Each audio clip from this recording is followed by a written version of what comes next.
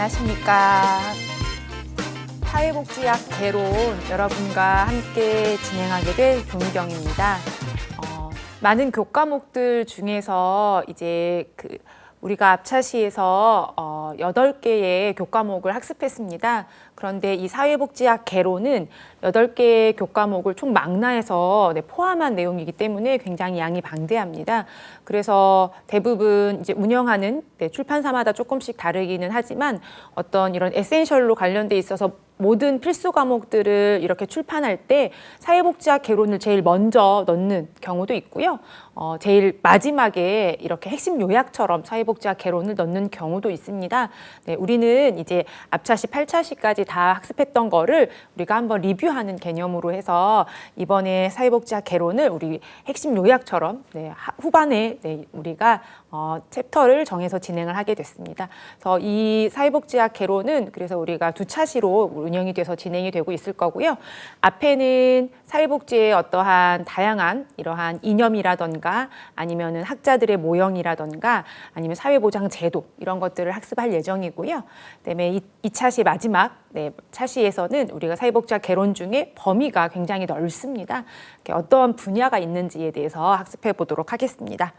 자, 컨텐츠는 앞서서 설명드린 것처럼 사회복지 어떤 일반적인 이론들에 대해서 사회복지의 정의가 어떤지, 그다음에 다양한 어원이 어떻게 되는지를 확인해 볼 거고요. 그리고 기초 이론과 실천 방법들, 그다음에 3번째에는 사회보장론, 그리고 4번째에는 사회복지 서비스 분야에 대해서 4가지로 우리가 컨텐츠로 이루어져 있습니다.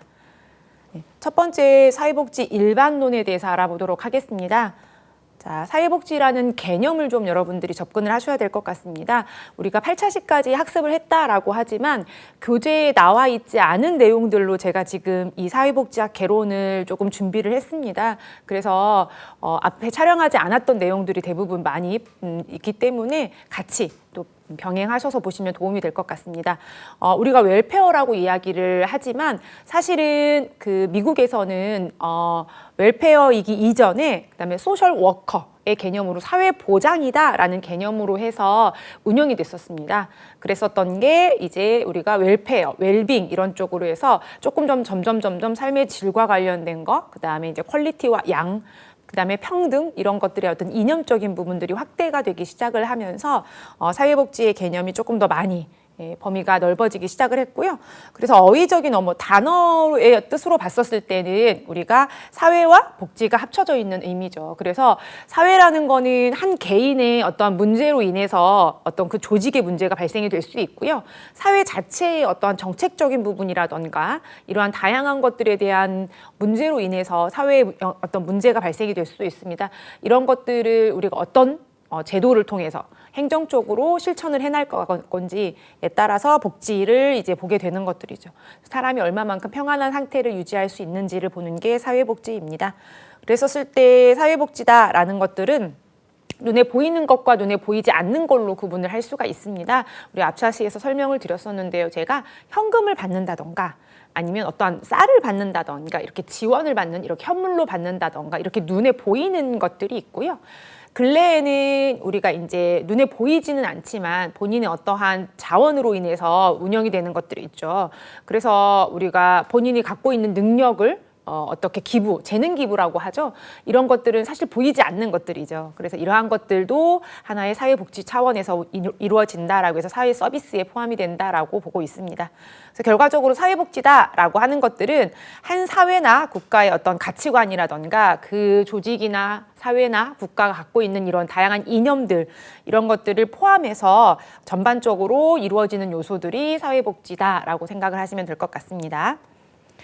자, 우리가 어원적인 개념을 좀 알아봤다라고 하면은 이념적인 정의의 어떤 사회복지는 어떻게 이루어지고 있는지를 알아보겠습니다.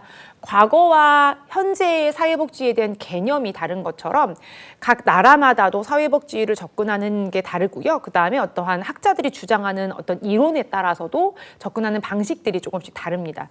그래서 이념적인 개념에서의 사회복지다라는 건 단순히 그냥 인간의 어떤 복지 를 본다라는 거지만 목적적인 개념에서의 사회복지다라고 하는 거는 인간의 어떤 가치와 존엄이 나오기 시작을 합니다. 그래서 가장 처음에 우리가 인간이 어떻게 행복해 할 수 있는지를 지켜봤더니 처음에 태어나서 아이가 누워 있을 때는 그냥 먹고 자고 그리고 이제 응가하고 뭐 이런 것들 가장 기본적인 것들을 만족을 하면 되더라는 거예요. 그거의 표현이 울음이었고 아기가 울 때 즉각적으로 반응을 해주는 주 양육자에게도 만족을 한다던가 이런 것들을 이제 학자들이 이제 지켜보고 이런 여러 가지 이념이나 모형들을 이제 개발을 하기 시작을 하죠. 서서히 크기 시작하면서 이제 요구하는 욕구들이 다양해지기 시작을 합니다. 사회복지의 개념이 점점 넓어지기 시작을 하고 이러한 것들이 이제 반영이 되기 시작하는 게 이념적 정의에 해당이 됩니다. 사회복지가 관심을 둬야 될 어떤 다양한 목표들 중에 하나는 우선은 어떤 현존하고 있는 다양한 사회의 기구들이 있습니다. 뭐 ILO라던가 이러한 다양한 국제 기구들도 있는데요. 이런 것들을 조금 더 강화할 필요가 있다. 이런 것들이고요. 그리고 뭐 특수한 개인이나 집단 이런 것들에서 곤란한 장애를 좀 완화해야 된다. 이런 것들이 있는데 우리나라에도 이슈가 많이 되는 것들이 이제 장애와 관련해서 우리가 뭐 어떤 지방에 어떤 장애인 학교를 건립을 한다라던가 아니면 서울에 장애인 학교를 건립한다라고 했었을 때 장애인 그 자녀를 둔 부모님들이 그 지역사회 공청회에 참석을 해서 무릎 꿇고 막 이랬던 게 있어서 언론에도 막 굉장히 많이 보도가 됐었거든요. 이런 것들이 이슈가 많이 됐죠. 그래서 반대했던 주민들 입장에서는 아파트 값이 떨어질 것이다. 뭐 이러한 어떤 사유재산을 지켜야 된다라는 권리에서 반대를 했었던 거였고요. 그렇지만 이제 지금 이번에 재정이 어떤 설립되는 게 어떤 무마가 되면 그렇게 되면 언제 또 다시 어떤 가속도가 붙어서 정책적으로 또 시행이 될지 모르기 때문에 장애인 자녀를 둔 부모님 입장에서는 이번이 이제 기회인 거죠. 그래서 이러한 것들을 얼마만큼 조금 더 확대하고 완화할 건지 이런 것들도 보는 게 현존하는 사회복지에서 관심을 두어야 될 목표 중에 하나입니다. 그리고 사회 어떤 복지 서비스의 어떤 다양성에 대해서 대두가 되고 있죠. 4인 가구 기준이었던 게 1인 가구로 늘어나기 시작을 하고 결혼을 한 어떤 부부라고 하더라도 자녀가 없기 때문에 육아나 출산에 대한 복지 혜택은 받지 않게 된다라는 거죠. 그러면은 이분들이 뭐 육아나 출산 혜택을 받지 않은 거를 노후에 더 많이 받을 수 있냐? 사실은 그렇지도 않다라는 거예요. 이런 것들을 좀 더 다양하게 요구하는 어떤 라이프 사이클이나 스타일이 달라지기 때문에 거기에 맞는 이러한 사회복지 서비스를 개발을 해야 될 필요가 있다라는 겁니다. 그래서 다양한 것들이 그리고 새로운 욕구에 대해서도 구조를 적응할 필요가 있고 그다음에 사회적 욕구에 대해서 어떤 다양한 방법들을 활용을 해야 된다라고 해서 뒤에 이제 학자들의 모형이 또 나오고 있습니다. 그래서 이렇게 어휘적인 개념과 그다음에 이념적인 어떤 개념의 사회복지에 대한 정의를 좀 우리가 학습을 해봤습니다. 자, 그리고 이제는 기능적인 개념에서의 어떤 사회복지의 마지막 정의에 대해서 학습을 해볼 건데요. 사회복지다라고 하면은 사실은 기능적으로 어떤 정책이나 제도를 제정을 하고 그에 맞춰서 운영을 해야만이 우리가 사실은 조금 더 기능을 원활하게 활발하게 이루어질 수가 있고 그리고 거기에 맞춰서 적재적소에 인력을 배정을 할 수도 있겠죠. 그래서 기능적인 개념에서 어떤 사회복지다라고 하면은 우선은 그 자녀적 개념이라고 이렇게 교재에는 기재하는 것도 있어요. 뭐 출판사마다 조금씩 다르지만 보충적 개념이다라고 이제 저는 준비를 했습니다. 그래서 이렇게 두 가지의 개념으로 볼 수 있는데요. 보충적 개념이냐, 제도적 개념이냐 이렇게 볼 수 있습니다. 보충적 개념이라는 건 뭐냐면 만족되어 있지 않은 상태, 풀되어 있지 않은 상태로에서 추가로 무언가를 주는 개념인 거죠. 사회복지라는 거는 어떤 최소한의 이러한 어떤 다양한 여러 조직들이 각 기능을 하지 못했었을 때에만 발휘해서 그 기능을 돕는 이러한 것들이 시작을 해야 된다라는 게 사회복지의 의미의 보충적인 의미인 거고요. 제도적인 개념에서는 사회복지가 할 수 있는 기능 안에서는 모든 걸 다 수용을 해야 된다라는 이러한 개념입니다. 그래서 여러 가지 기능적 개념까지 우리가 학습을 해봤습니다. 자, 그렇다면은 사회복지를 구성하고 있는 것과 사회 문제에 대해서 이제 알아볼 건데요. 사회 문제도 이제 근래에 대두되고 있는 사회 문제들이 있을 수도 있겠죠. 이런 것들을 조금 더 알아보도록 하겠습니다. 사회 문제를 구성하고 있는 거는 앞서도 제가 조금 언급을 했었지만 사회 문제라는 거는 개인의 하나 문제들이 아니죠.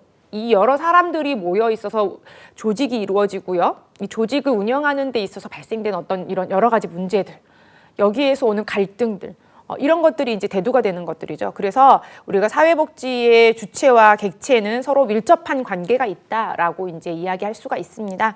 자, 학자 중에서 호시노라는 학자가 우리가 이야기했던 게 사회복지를 그렇다면 구성하고 있는 요소는 어떻게 있을까라고 정의를 한 것 중에 하나가 뭐냐면 사회복지에 대한 가치, 추구하고 있는 가치에 대한 개념입니다. 당연히 인간의 존엄성과 관련되어 있는 것들이겠죠. 그리고 사회복지의 주체가 누구냐라는 거, 객체가 누구고 주체가 누구냐 이런 것들로 구성이 되어 있다라고 정립을 했고요. 세 번째는 사회복지의 대상을 누구로 할 거냐라고 보는 것들이죠. 우리가 사회복지에서 대상을 어떤 그 이념에 따라서 아니면 학자들의 모형에 따라서나 운영하는 나라의 어떤 정치라던가 제도에 따라서 그때그때 조금씩 대상자가 조정이 될 수가 있거든요. 그래서 그 대상이 누군지, 그리고 마지막으로는 사회복지를 실제로 실천하는 방법들과 관련되어 있어서 이렇게 4가지에 대해서 주로 구성 요소다라고 이야기를 했습니다.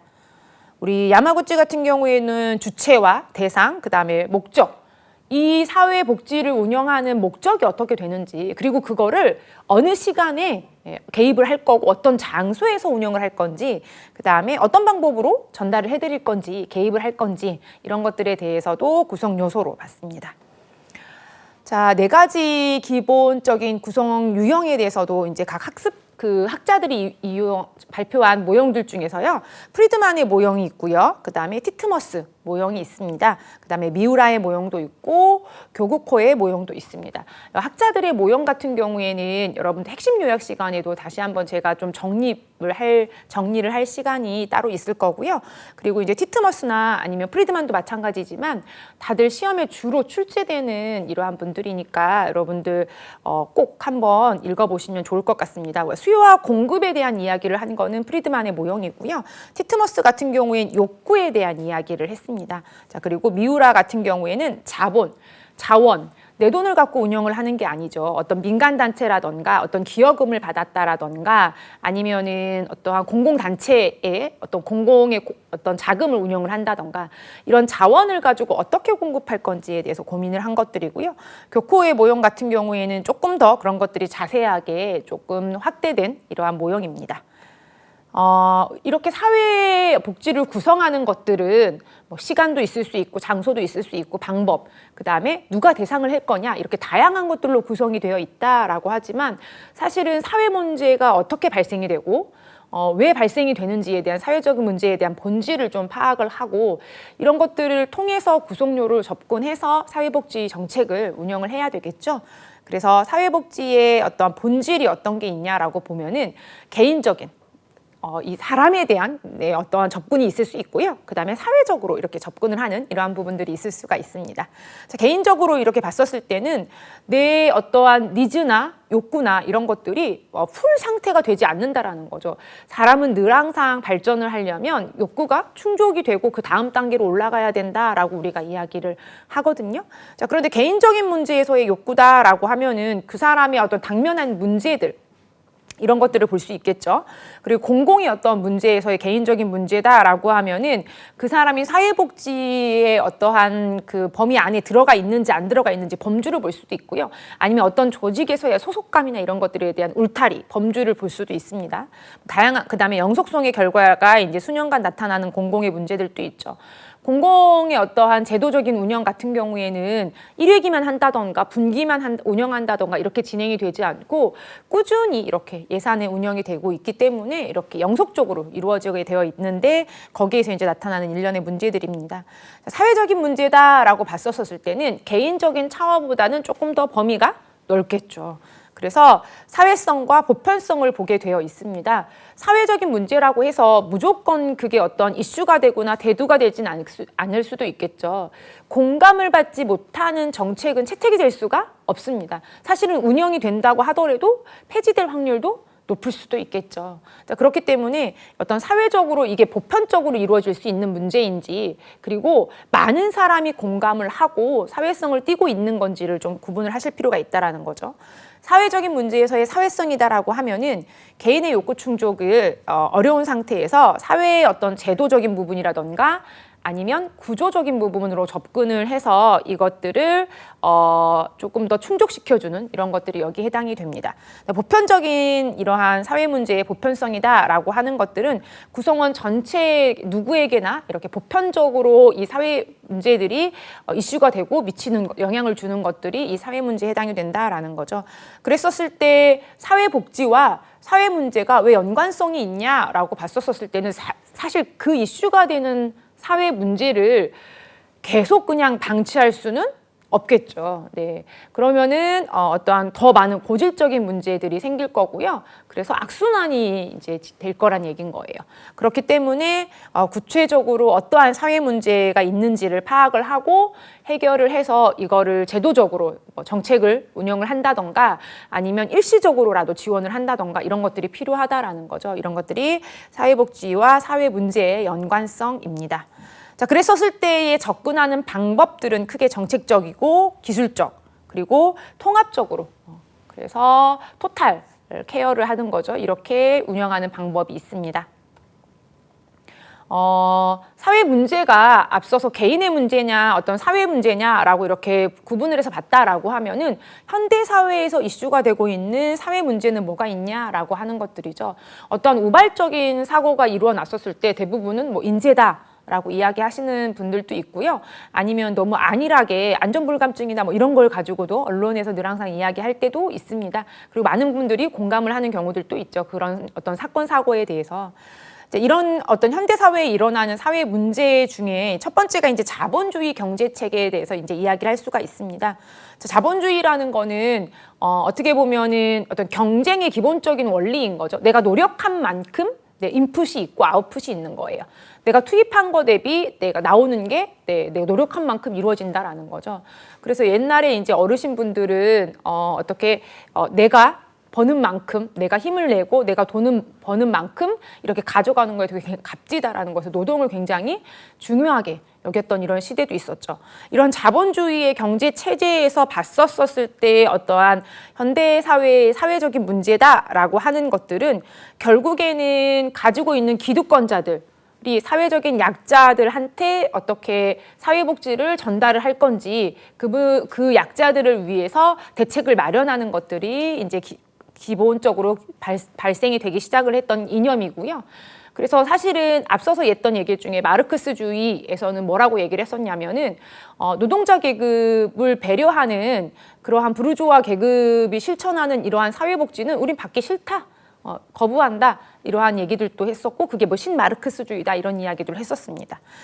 자, 사회 약자들을 보호하긴 두 가지 측면에서 봤었을 때 가장 첫 번째는 이제 생명에 관련되어 있는 생존권이죠. 생명은 누구에게나 그래서 존엄합니다.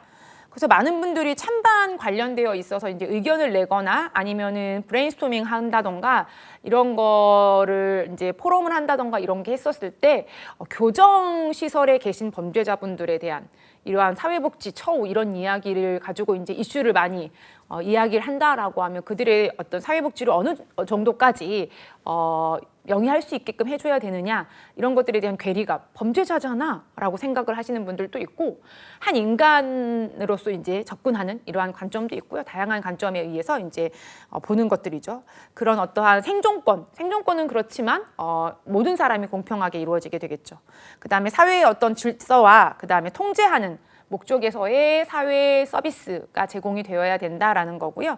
이러한 어떤 자본주의다라고 하면은 산업화가 가속이 되는 이러한 산업사회의 가장 기본적인 산물 중에 하나인데 그 상태에서 미우라라는 학자가 이야기한 것 중에 하나가 뭐냐면 국가의 어떤 사회적 개입 이거를 국가가 어디만큼 어떤 사회 서비스를 제공을 할 거냐라는 범주에 따라서 학자들마다 이론들이 다 다릅니다. 최소한의 개입만 해야 된다. 자본주의에서는 개인의 경쟁이 우선이기 때문에 최소한의 개입을 해야 된다라고 하시는 분들도 계시고요.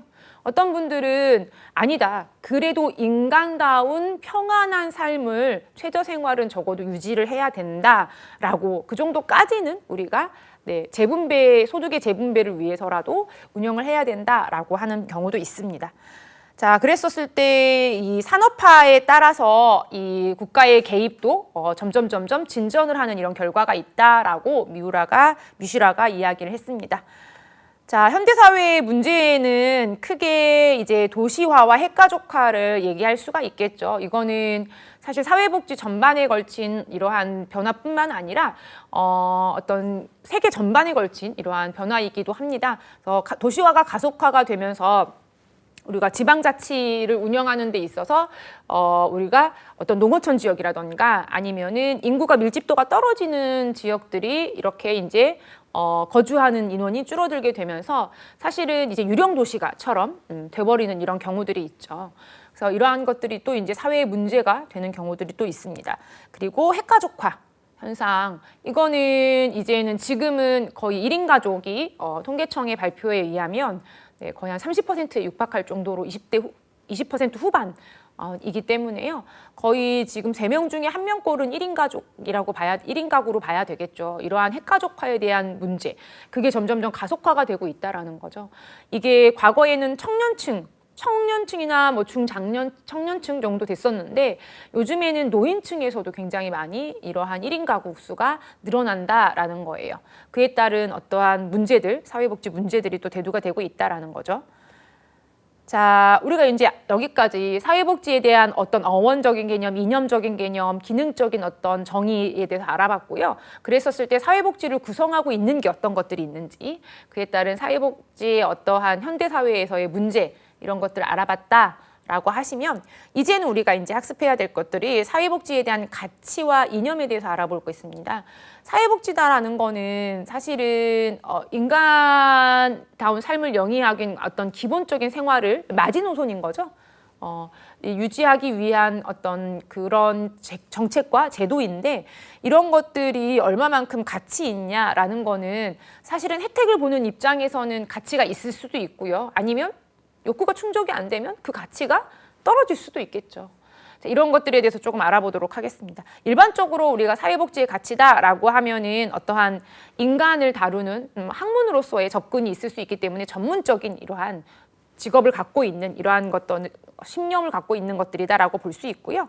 사회복지의 가치성이다라는 것들은 사실은 대부분의 많은 나라에서 사회복지에 대한 각 나라의 이런 역사를 보기 시작을 하면은요, 대부분은 이제 기독교와 관련되어 있는 경우들이 많이 있습니다. 네, 그렇기 때문에 이런 기독교적인 교리라던가 아니면은 민주주의의 이념, 그리고 이제 청교도적인 논리, 그리고 사회 진화론. 사회는 끊임없이 진화하고 있다, 발전을 하고 있다. 이 발전 안에는 이제 후퇴가 포함이 되어 있는 경우들도 있죠. 자, 유럽과 미국에서는 사회복지를 어떻게 봤냐면요, 인간의 어떤 존엄성, 자기결정권, 이런 것들, 그리고 어떤 균등한 기회, 사회복지에서의 어떤 가치 부분에서 우리가 이야기하는 것 중에 하나가 뭐냐면, 어떤 이념에 대해서 이야기한 것 중에 하나가 뭐였었냐면요, 어떤 평등, 네, 그리고 효율, 자유, 이렇게 3가지에 대해서 우리가 학습했던 적이 있었습니다. 네, 이런 것들과 같이 맥락을 해서 보시면 좋을 것 같고요. 그래서 사회복지의 최종적인 가치다라고 하면은 모든 인간의 어떤 존엄성과 그리고 그에 따른 어떤 자기 만족과 자기 실현, 자기 결정권, 이런 것들이 사회복지의 가치다라고 보시면 될 것 같습니다. 자, 그렇다라고 하면은 어떠한 토착적이다라는 거는 우리나라에서 예전부터 있어 왔던 이러한 어떤 사회복지의 어떤 가치의 이념을 보자라고 하면은 가장 기본적인 게 인간 존중, 인간의 존엄성이 이제 대두가 되기 시작을 하죠. 자, 예전에는 막 노예제도도 있고 막 이랬었어요, 사실은. 그러면서 이제 이슈가 되기 시작을 했던 것들 중에 하나가 뭐였었냐면 산업화가 되기 시작을 했고요. 이런 것들로 인해서 이제 산업화가 되니까 도시로 사람들은 모이지만 잘 사는 사람과 못 사는 사람이 부익부 빈익빈 현상이 일어나기 시작하는 거죠. 그리고 빈곤층이 너무 더 많아지기 시작을 해요. 네, 이러면서 이제 어떤 사회복지가 도입이 되고 출현이 되기 시작을 했습니다. 자, 그러면서 이제 영국에서 발전을 했었는데 그 이전에 우리나라에서도 사회복지다라고 하면은 서로 상부상조하는 이러한 품앗이, 여러분들 들어보셨을 거예요. 그래서 오늘은 내가 너희 집에 가서 일을 해줄게. 다음에는 우리 집에 와서 우리가 뭐 추수를 하거나 벼를 심거나 어떤 농작물을 이렇게 거둬들이거나 이럴 때 같이 함께 해주는 이러한 품앗이, 이런 공동체 의식들이 있었죠. 그리고 자유와 평등, 모든 사람은 평등한다는 거죠. 법 앞에 평등한다던가. 법 앞에 평등한다라는 건 포괄적으로 의미는 뭐냐면 이 사회 전반에 있어서 내가 어떠한 혜택을 받는 거에 있어서도 똑같이 평등하다라는 거예요. 그러니까 사회복지 혜택도 역시 똑같이 받을 수 있다라는 이러한 이념들이죠. 그다음에 사회복지주의를 추구하는 것들이 목표이고요. 효율적인 가치를 갖고 있는 것들도 이 토속적인 이러한 어떤 사회복지 가치에 해당이 됩니다. 자, 여러 학자분들이 우리가 사회복지에 대한 모형에 대해서 이렇게 설명을 한 것들이 있습니다. 우선은 윌렌스키와 르보, 그리고 티트머스, 그 다음에 앤더슨 모형이라던가 조지와 윌딩도 있고요. 그 다음에 시팔라도 있고 미쉬를 앞서서 이야기했던 다양한 이러한 것들을 얘기했는데 결과적으로는 우리가 추구하고 있는 것들은 복지국가를 가기 위해서 이렇게 사회복지 모형을 학자별로 이렇게 본인의 이름을 따서 이렇게 만든 거죠. 근데 어떤 모형이 더 좋다 나쁘다 이렇게 이제 이야기할 수는 없지만 이런 모형들이 있다라는 것 정도만 알아두시면 좋을 것 같고요. 그래서 미슈라 같은 경우에는 앞서서 얘기했던 것처럼 가장 어떤 통합적인 현대 사회의 사회복지의 이념과 거의 맥락을 비슷하게 하는 토탈 케어와 관련되어 있는 이러한 사회복지를 언급을 했습니다. 자, 우리가 사회복지의 어떠한 발달 과정을 조금 알아볼 필요가 있겠죠. 내가 혜택받고 있는 지금 이 케어라던가 아니면 보험이라던가 아니면 이러한 공공 서비스가 언제부터 시작이 됐던 거지? 네, 궁금할 수가 있어요. 네, 예전에 우리가 이제 이슈가 됐었던 것 중에 하나가 뭐였었냐면 세종대왕 굉장히 유명하죠. 네, 세종대왕 께서도 노비에게조차도 출산을 하게 되면은 출산 휴가를 줬다는 거예요. 그 시대에도, 그 조선 시대에도. 이런 것들도 저희가 이제 뭐 학교에서 다닐 때 배우고 막 이랬었던 적이 있어서 막 기억이 나고, 그리고 막 아직도 잊혀지지 않거든요. 와, 그 시대에 그렇게 사회복지 서비스를 제공을 했단 말이야? 그래서 굉장히 깜짝 놀랐던 적이 있었거든요. 이러한 것들이 궁금하잖아요. 이런 사회복지 발달에 대해서 우리가 학습을 해볼 건데요. 왜 사회복지에 대해서 이제 역사에 대해서 학습을 하냐라고 하면은 사실은 역사를 잊어버리게 되면 되풀이가 된다라고 우리가 이야기를 하죠. 그래서 정책이라는 거는 사실은 어떤 정치와 같은 정자를 쓴다라고 이제 앞서도 제가 설명드렸었지만 그렇기 때문에 어떤 정권이라던가 이런 거에 대해서 어떠한 배분이 달라지기도 하고요. 그런 자원이 달라지면 혜택을 받는 사람들 또한 어때요? 달라질 수밖에 없는 게 어떤 기본적인 프로세서죠.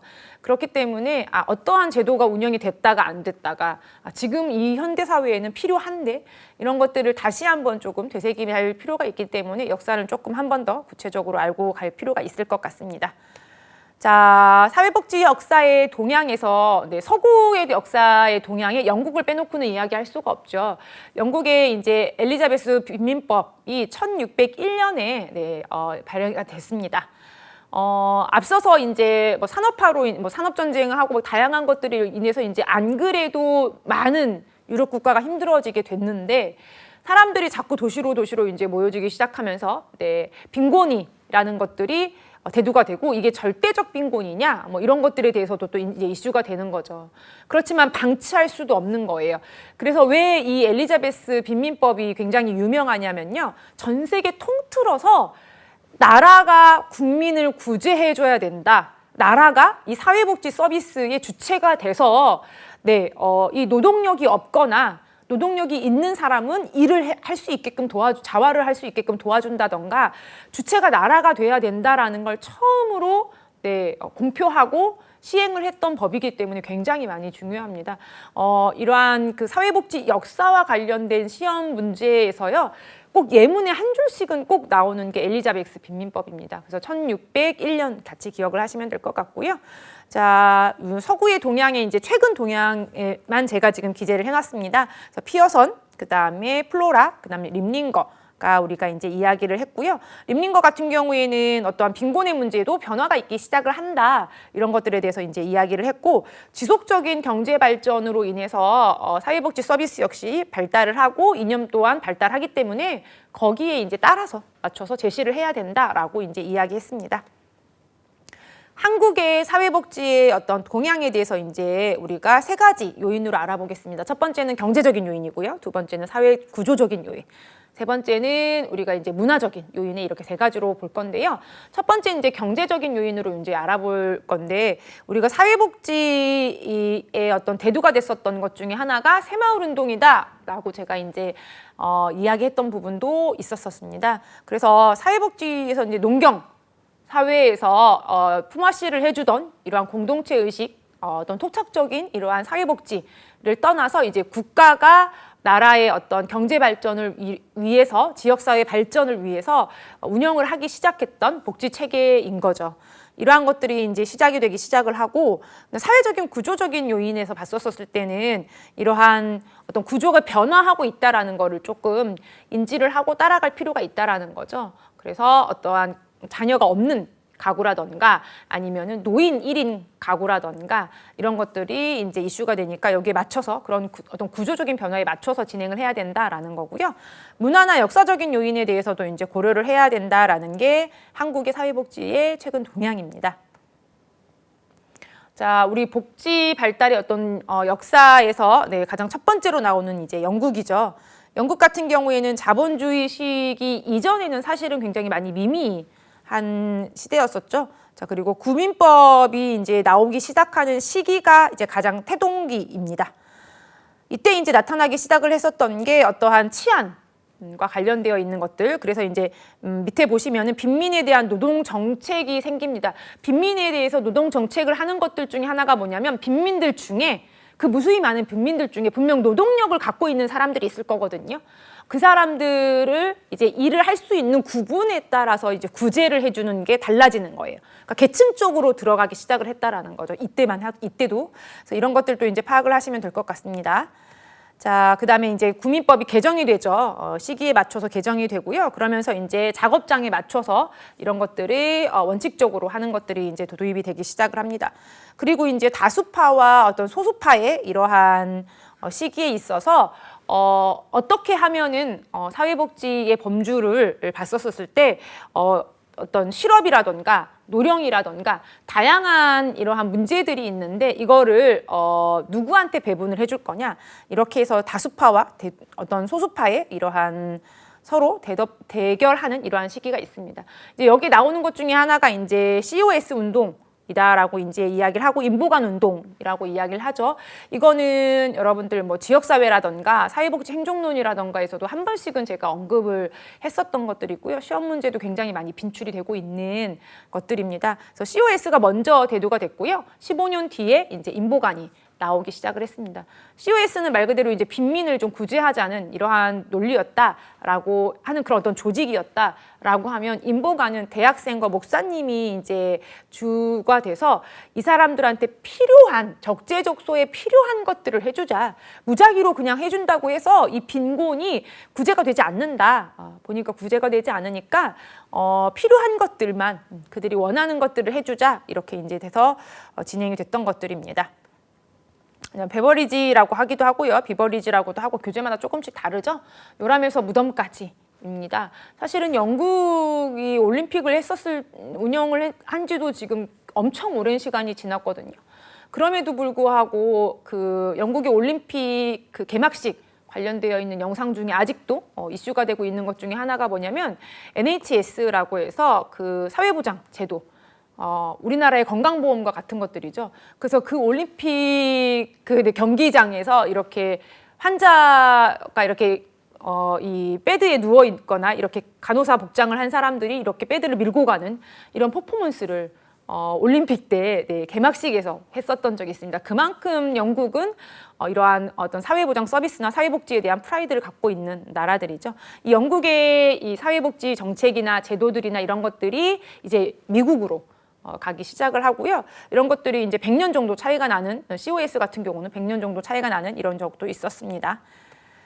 자, 한국의 사회복지다라고 하면은 사실은 교재마다 조금씩 많이 다르기는 한데요. 예전에 뭐 고려시대, 조선시대 뭐 이렇게 이야기를 하는 경우도 있고 아니면은 조선시대부터 일제강점기 그 다음에 이제 이 강점기를 벗어나서 이렇게 박정희 정권이 되고 나서 이렇게 쭉쭉쭉쭉 발전했던 거 이때부터 보는 경우들도 있고요. 교재마다 조금씩은 다릅니다만 우선은 사회복지 1단계 봤었을 때는 1950년도에 을사조약이 이루어지고 나서 국민을 규율하는 정책들이 원래 있었는데 이게 쇠퇴가 되기 시작을 했다. 그러면서 이제 사회복지가 도입이 되는 시기는 언제냐라고 하면은 이제 우리가 해방이 된 이후에 도입이 됐고요. 여러분들 이 한국의 사회복지 역사는 굉장히 오래됐습니다. 서울대학교에서 사회사업과라는 학과가 생겨요. 여러분들 이게 몇 년도에 생겼을지 궁금하시죠? 네. 서울대학교에서 사회사업학과, 그러니까 지금 사회복지학과의 전신이죠. 이러한 사회보장제도, 사회사업과 관련되어 있는 학과는 1950년대 생겼습니다. 굉장히 오래됐어요. 네. 그만큼 이렇게 역사가 있는 이러한 것들이라는 거죠. 자, 이 3단계가 사회복지 이제 확대기인데요. 이때는 이러한 1980년대니까 여러분들 많이 이제 보셨었겠지만 한국 역사에 대해서 이제 많이 들어보시거나 이렇게 하셨겠지만 이때는 굉장히 이제 어떤 시민들의 어떤 인권이라던가 노동자의 어떠한 기본적인 어떠한 그 생존을 정말 위협할 만큼의 어떤 열악한 환경이라던가 이런 것들에 관련해서 이제 이슈가 됐었던 게 이제 확대기이죠.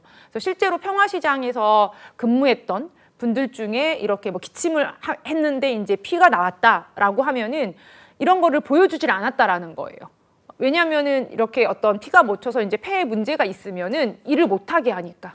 근데 일을 해야만 내가 돈을 벌 수가 있으니까요. 그 정도까지도 이제 굉장히 열악한 환경에서도 어쩔 수 없이 노동자 계급은 일을 했다 이런 것들이죠. 이제 그렇기 때문에 이 사회복지 이제 확대하기 시작을 한 시기고요. 그 다음에 사회복지가 조금은 그래도 성숙한 시기다라고 이제 이야기를 하면은 전국민 의료보험이라고 하는데 지금은 여러분들 이제 건강보험이 훨씬 더 익숙하실 거예요. 그래서 혹시라도 이제 기억을 하시는 분이 계실지 모르겠지만 인터넷을 이제 검색해 보셔도 아실 건데요. 과거에는 건강보험이라는 게 아니라 의료보험이라고 얘기를 해서 파란색으로 되어 있는 그 증을 가지고 병원에 갔었어야 됐었어요. 이렇게 전산화가 되어 있지 않았었을 때는 의료 분야 쪽이. 근데 지금은 이제 뭐 신분증만 가져가면은 개인 다 인터넷으로 정보 조회가 해서 건강보험 혜택을 이제 받을 수가 있지만 과거에는 그렇지가 않았다는 거죠. 그 파란색 종이에서 하얀색 건강보험증으로 넘어온 시기가 전국민 건강보험이 실시된 시기라고 보시면 될 것 같습니다. 그리고 이제 의약 분업이 되죠. 예전에는 병원에서 약을 다 처방을 받았다라고 하면 의사의 처방만 받고 처방지를 갖고 약국에 가는 이 프로세서가 사실은 도입된 지도 20년 정도밖에 되지 않았었습니다. 의사와 약사의 어떤 능력이 분리가 된 거죠. 이런 것들이 이제 하게 되면서 보건의료 관련되어 있는 사회복지가 굉장히 빠르게 발전을 하기 시작을 했고요. 그러다 보니까 이제 의료 급여 체계가 이제 설정이 되면서 차상위 계층이라던가 아니면 그 위에 하위 20% 계층 분들이 이제 조금 더 이러한 의료 혜택을 받기 시작을 하게 되는 것들이죠. 이런 것들이 이제 점점 각 분야마다 더 세분화가 됩니다. 교육 쪽도 마찬가지고요. 그래서 청소년 복지, 아동복지, 노인복지 이렇게 세분화되기 시작을 하는 것들이 이제 성숙기다라고 보시면 될 것 같습니다. 그럼에도 불구하고 우리나라의 어떤 가장 큰 사회복지의 어떤 이슈, 문제점이 무엇이냐라고 봤었을 때는 우선은 어떤 국민 대다수의 공평하고 그다음에 수준이 높은 이러한 사회복지 서비스를 전개를 해야 되는데 분야마다 조금씩 차이가 있긴 하지만 다른 나라에 비해서는 그래도 조금은 더 월등하게 진행을 하고 있다라고 이제 볼 수가 있으실 것 같고요. 사회복지와 관련되어 있어서 사회복지 관련되어 있는 종사자들이 해당되어 있는 어떤 분야들이 방대하고 넓습니다. 그렇기 때문에 꾸준히 이러한 관심을 갖고 있고 국민들도 지지하고 이런 것들을 이제 해주고 있다라는 게 가장 큰 특징이라고 볼 수가 있습니다.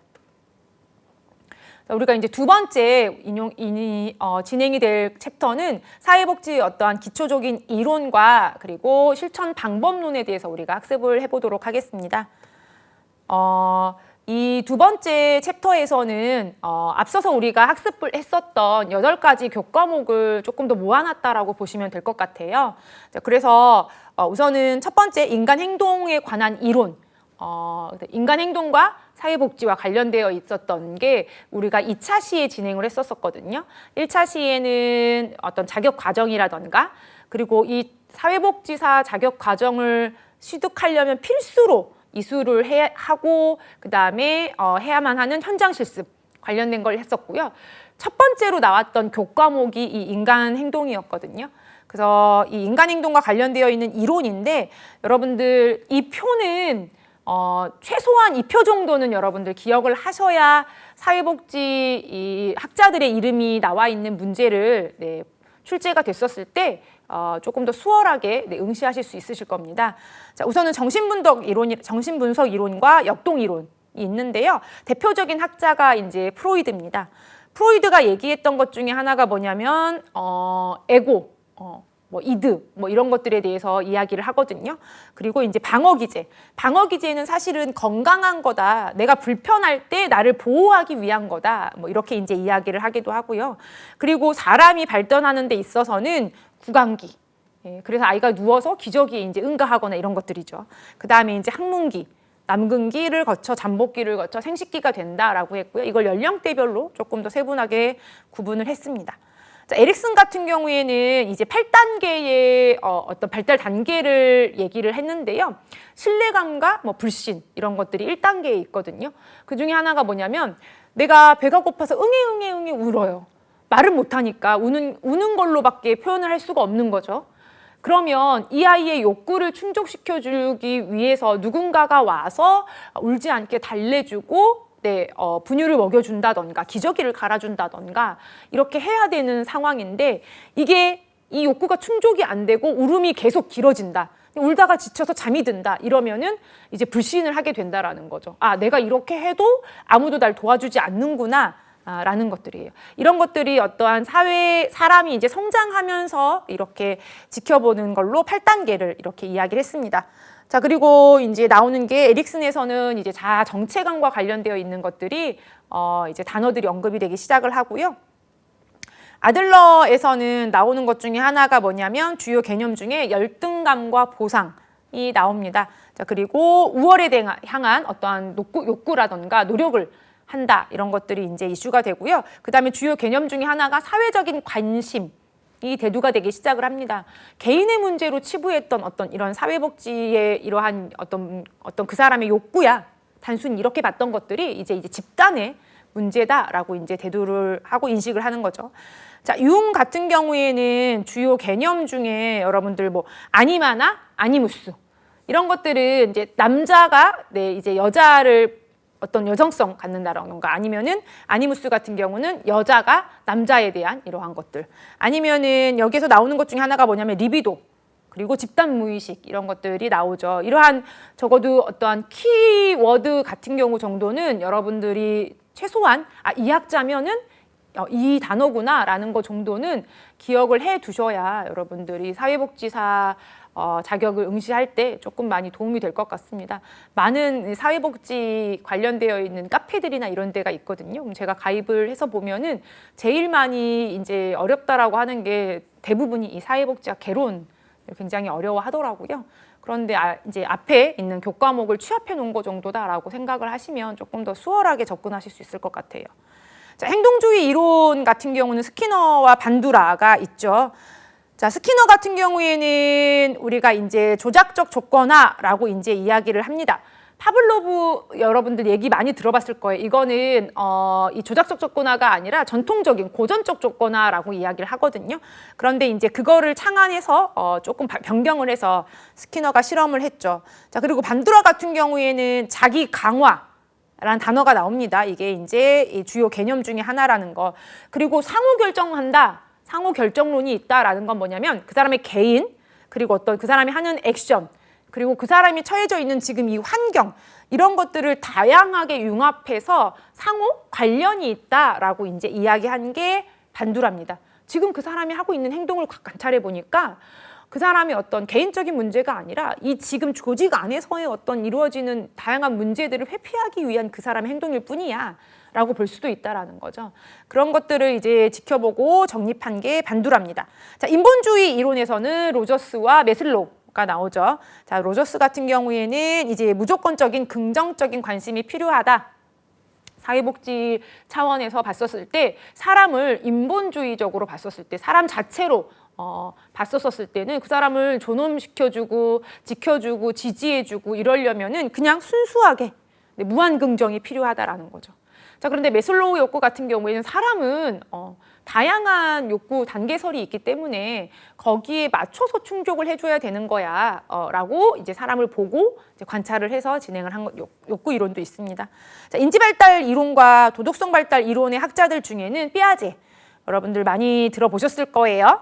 감각기가 있고요. 네, 오감을 만족하는 것들. 그 다음에 전조잡기. 그래서 근육이 이렇게 소근육이 발달되어 있냐, 대근육이 발달되어 있냐는 거죠.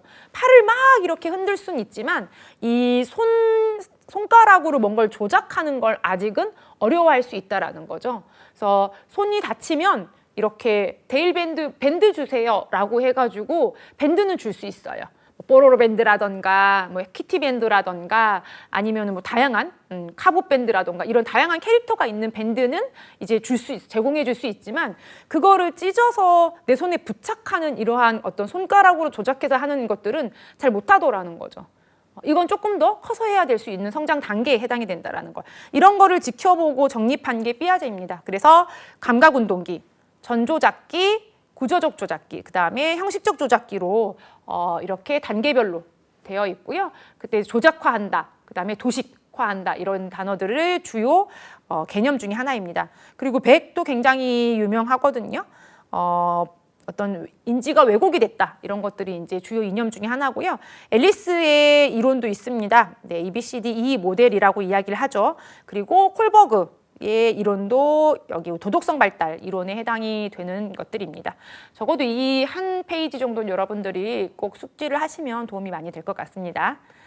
자, 두 번째로 이제 사회복지 조사론과 관련되어 있는 건데요. 자, 우리가 사회 전반적인 어떠한 평안한 삶을 누리게 하기 위해서 제공하는 정책적인 부분이라던가 아니면 이런 것들을 어느 정도 지금 어느 그룹이 혜택을 못 받고 있는지 사각지대는 있는지 없는지 이런 것들을 추적 조사해야 된다라는 거죠.